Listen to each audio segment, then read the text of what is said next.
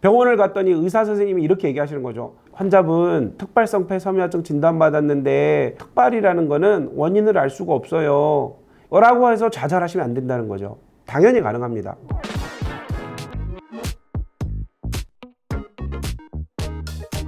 안녕하세요. 노후법인 산재 천광우 노무사입니다. 폐 관련된 질환 중에 폐암과 진폐증 이 두 가지를 주로 알고 계시는데 오늘은 간질성 폐질환에 대해서 한번 말씀을 드려보려고 합니다. 간질성 폐질환의 정의에 대해서 말씀을 드리면 가스교환이 이루어지는 허파꽈리, 즉 폐포라고 있는데 폐포와 폐포 사이의 벽, 이 사이를 간질이라고 총칭한다고 합니다. 이 사이에 어떠한 염증이 생기고 이게 다시 치유가 되고 또 염증이 생기고 치유가 되고 반복되다 보니까 거기에 어떠한 섬유화가 일어나는 거죠. 이거를 간질성 폐질환이라고 하는데 물론 이제 제가 호흡기내과 선생님도 아니고 의사도 아니고 이런 산재를 위해서 좀 공부를 하다 보니까 분류가 엄청 많더라고요. 진폐증도 간질성 폐질환의 일종으로 볼 수 있다라는 분류도 있고요. 간질성 폐질환과 더불어서 특발성 폐섬유화증도 있는데 이것도 간질성 폐질환의 일종이다.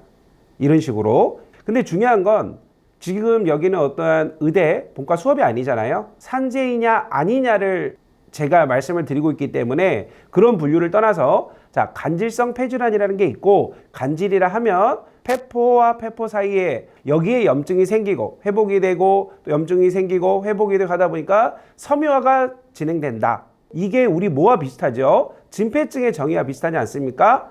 증식성 섬유화.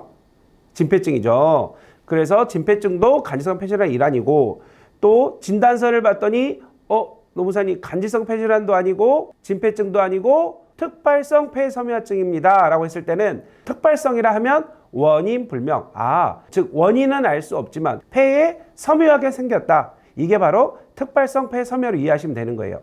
그러면 오늘 제가 말씀드리려고 하는 거는 진폐증을 제외한 간질성 폐질환, 특발성 폐섬유화증 진단서에 이 두 가지 상병이 찍혀 있다고 하면 과연 산재가 가능한지에 대해서 설명을 드리는 걸로 정리를 하면 될 것 같습니다.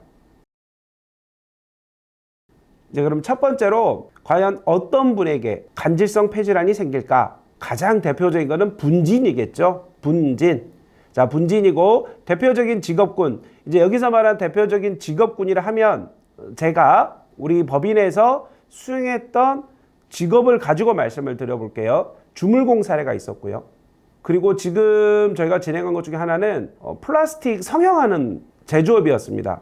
이분도 이제 저희가 이제 초기 단계라서 진행을 해볼 거고요. 용접공 사례가 있었고요. 또 탄광부 사례가 있었습니다. 이제 이런 분진 작업자들, 특발성 폐섬유화증 혹은 간질성 폐질환이 진단됐을 때 산재가 가능할까?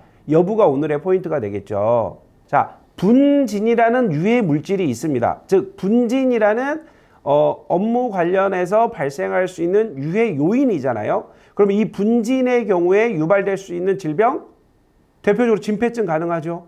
폐암 가능하죠. 간질성 폐질환 가능하죠. 세부적으로는 특발성 폐섬유화증도 가능하죠. 또 COPD도 가능하죠.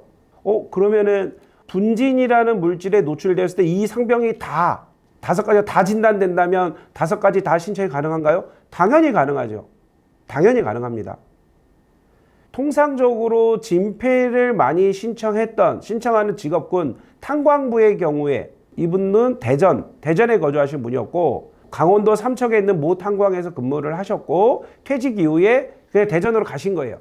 그래서 아무것도 모르고 계시다가 누가 진폐를 받았어요? 라고 물어보셨고 그래서 아니 난 해본 적 없는데 했는데 진폐인데 진폐가 안 되신 거죠.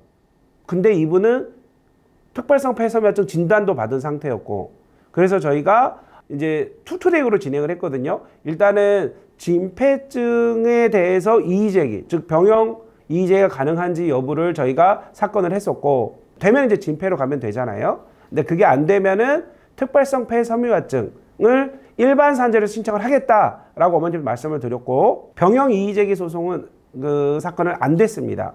그래서 제가 특발성 폐섬유화증에 대해서 산업재해보상보험법상 최초 신청을 하고 있는 도중에 돌아가셨어요. 그리고 계속 심의는 해야 되잖아요. 그래서 결론적으로는 업무상 질병판정위원회에서 업무 관련성이 있다. 즉 특발성폐 섬유화증에 대해서 인정을 받아서 이제는 그 배우자께서 우리 어머님이 유족연금을 받고 계십니다. 이런 사례가 있었고 또 하나 진폐로 유족 신청을 했는데 진폐와는 인과관계가 없다라는 거예요. 그래서 부지급 받았습니다. 근데 이분의 의무 기록을 봤더니 또 특발성폐 섬유화증도 있었더라고요. 그래서 우리가 이거를 진폐가 아닌 유족 사건인데 사망의 원인은 특발성폐 섬유화증이다. 이분 역시 분진작업 종사자였다. 그래서 승인된 사례가 있었고요. 탄광 근로자들의 경우 진폐를 인정받아서 진폐로 인한 유족보상 인정받으면은 다행한 일이고 감사한 일이죠. 근데 만약에 진폐로 인정을 못 받았다. 진폐로 인한 유족 사건을 진행했는데 부지급이 되었다. 불승인이 되었다. 했을 때는 만약에 이분이 특발성폐 섬유화증은 있는지 내지는 간질성 폐 질환은 있는지 이거를 확인해서 최초 요양 신청을 하거나 아니면 유족을 재청구할 수 있다라는 말씀을 드리고 싶은 거예요. 이거는 이제 통상적으로 탄광부에서 제가 경험했던 사건이었고요. 건설업도 가능할 거고요. 플랜트 산업도 가능하겠죠. 조선소에서. 그리고 일반 제조업도 가능할 거예요. 그래서 제조업이나 건설업에서 용접을 했다거나 어떤 분진을 취급했다거나 주물공이었다거나 자 이런 분들의 경우에도 특발성 폐섬유화증 혹은 간질성 폐질에 대한 산재가 가능하다. 진폐 신청 또한 가능합니다. 이 경우에는 과연 어떤 것을 볼 것이냐? 당연히 분진이에요. 직업적 요인은 분진밖에 없어요. 자, 분진에 노출되었다. 그래서 내가 간질성 폐질환 진단을 받았다. 특발성 폐섬유화증 진단을 받았다. 그럼 신청하시면 되는 거예요. 병원을 갔더니 의사 선생님이 이렇게 얘기하시는 거죠. 우리 환자분 특발성 폐섬유화증 진단받았는데 이거는 특발이라는 거는 원인을 알 수가 없어요.